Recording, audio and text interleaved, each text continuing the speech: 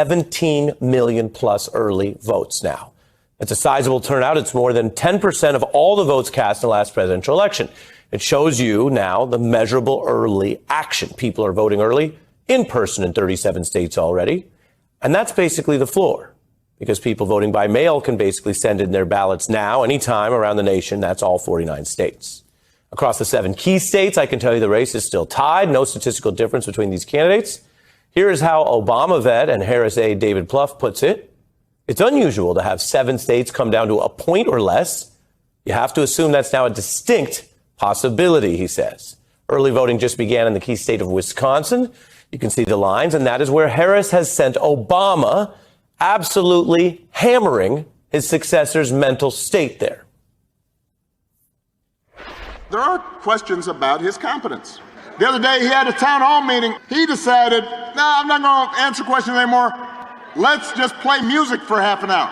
You would say to yourself, this is odd behavior. My point is, you'd be worried if Grandpa was acting like this. You'd call up your brother. You'd call up your cousins. You say, have you noticed? But this is coming from somebody who wants unchecked power. Have you noticed what he's like and that he wants unchecked power? Now, Harris almost certainly needs Michigan to win.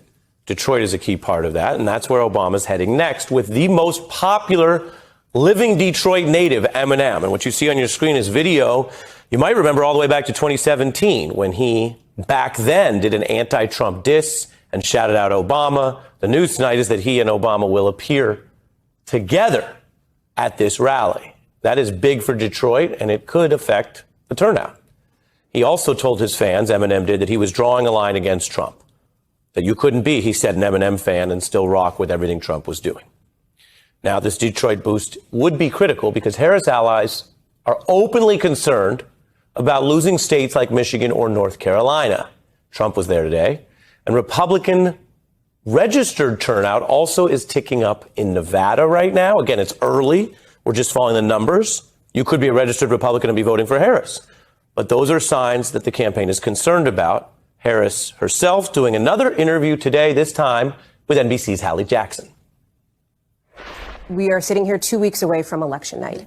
Last election, the former president came out on election night and declared victory before all the votes were counted. What is your plan if he does that again in 2 weeks? Well, let me say this. We've got 2 weeks to go. And I'm very much grounded in the present in terms of the task at hand. And we will deal with election night and the days after as they come. And we have the resources and the expertise and the focus on that as well. So you have teams ready to go? Is that what you're saying? Are you thinking about that as a possibility? Of course. This is a person, Donald Trump, who tried to undo a free and fair election, who still denies the will of the people, who incited a violent mob to attack the United States Capitol, and 140 law enforcement officers were attacked. Some were killed.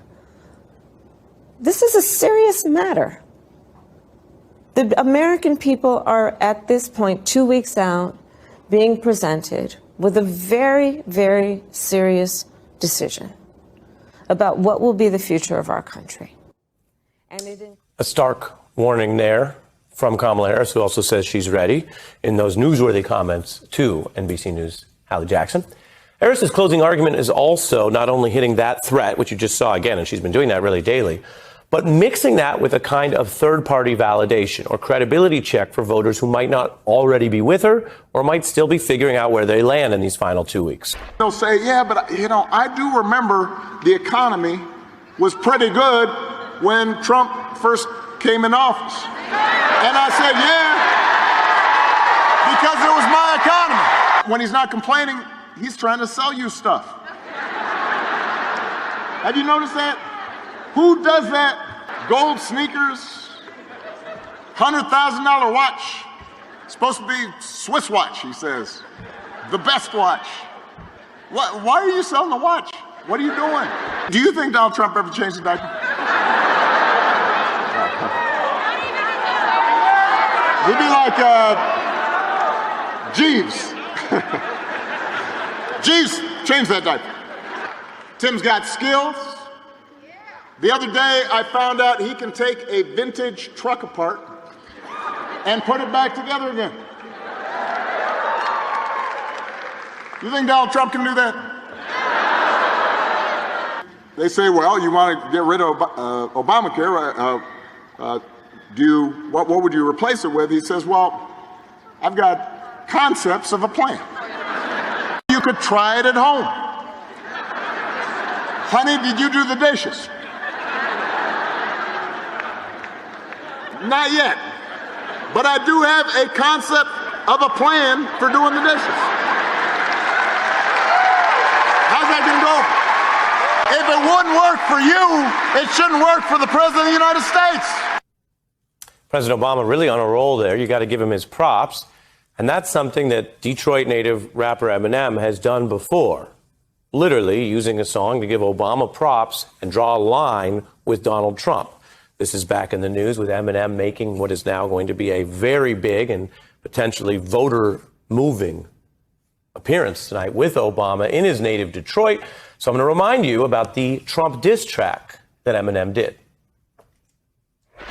But we better give Obama props, because what we got in office now's a kamikaze. That's why he wants us to disband, because he cannot withstand the fact we're not afraid of Trump. And any fan of mine who's a supporter of his, I'm drawing in the sand a line. You're either for or against. And if you can't decide who you like more and you're split on who you should stand beside, I'll do it for you with this. You. A little blunt vulgarity against Donald Trump by Eminem. That is a style and language Trump can understand. Eminem has been at this for a minute. I've told you before that culture and language and songs and movies, all of it can matter.